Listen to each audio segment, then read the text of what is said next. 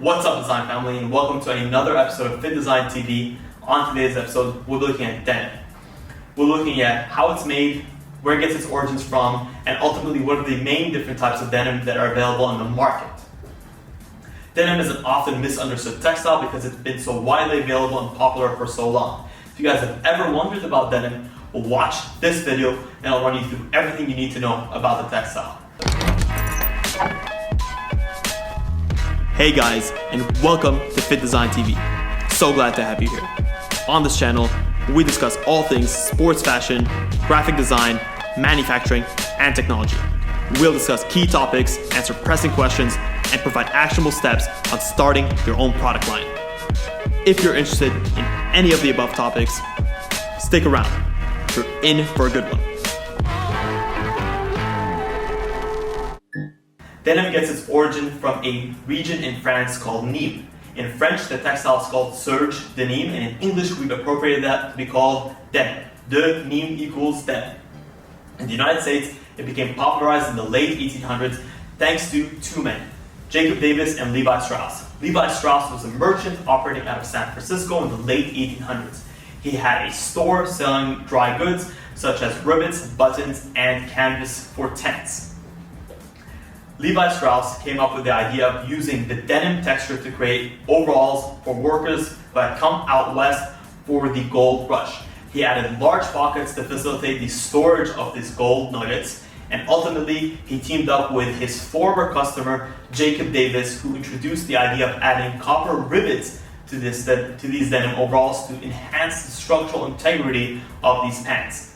Together, they formed Levi Strauss, they patented the idea, and they mass marketed these denim overalls to the masses. Essentially, their idea was to turn these from just an item for the working class to a popular fashion icon like the one we know and love today.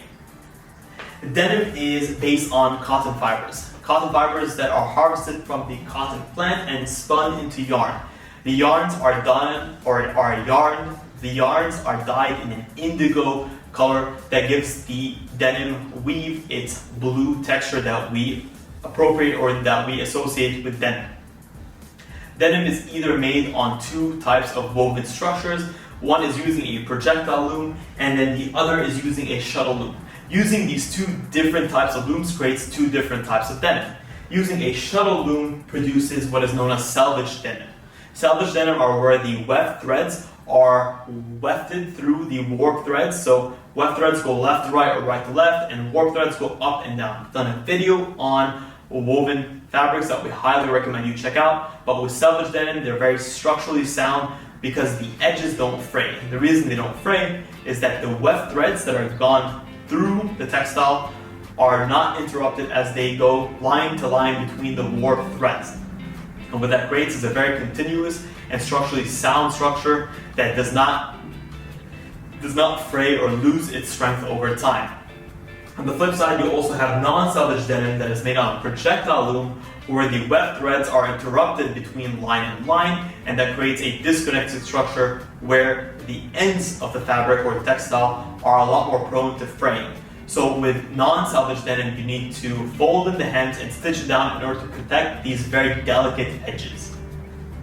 There are many different types of denim, but we'll be looking at the 6 main types of denim that I highly recommend you guys check out. The first is indigo denim. Indigo denim are where the weft threads are dyed in a blue light blue color, almost white, and then where the warp threads are dyed in an indigo color, which gives denim its traditional blue and white speckled texture. If you ever look at a traditional pair of denim, on the outside, which is warp facing, aka where most of the warp threads are showing, it looks blue. And if you flip it on the inside, it looks white because that's where it's weft facing. So that's the reason for the difference in color on the inside and outside of denim. The second type of denim is stretch denim. This is where stretch fibers like spandex or elastane are introduced into the woven structure to allow for the stretch of the denim weave. The reason we add this is denim itself doesn't necessarily stretch, so in the application on skinny jeans or other types of materials or other types of applications that need to have stretch, we introduce spandex to facilitate the added elasticity without losing the denim's overall structure over time. That's why on skinny jeans, adding spandex is key. The third type of denim that we're looking at is acid wash denim. If you've ever seen your favorite type of distressed jeans, they typically have this faded look to them in very specific areas. The way that faded look is added is by adding a mixture of chlorine and pumice stone washing to these areas in order to fade out the fabric's threads. And what that ends up having over time is creating this very artificially washed out look, which can apply in certain types of fashion senses.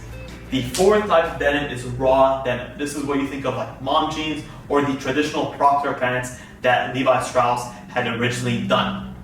This is where the denim is not treated once it's woven, and this creates a very stiff and very plain looking texture. Most raw denim doesn't have any textures on it, and it's extremely plain in its appearance. The last type of denim that we typically see is sanforized denim. This is denim that's treated with a wash in order to maintain its sizing over time so that it doesn't shrink in the wash. And most types of denim are actually sanforized denim. However, things like raw denim, because of their raw nature, are not sanforized denim. They're not treated with anything, and they are prone to shrinking over time, over usage. And a lot of people look at that as one of the beauties of raw denim as they age and as they warp over time. If you guys enjoyed this video, please consider smashing a massive thumbs up. Hopefully you guys have a better idea of what denim is, how it's made, and maybe you guys have an idea on the main types of denim that are available on the market. If you guys want to see other types of topics like this on popular types of textiles that you want to know the origin of and where they're primarily used, feel free to leave them in the comments below. We always appreciate hearing from you guys. Thank you guys so much for tuning in to FittDesign TV. Until next time, stay awesome.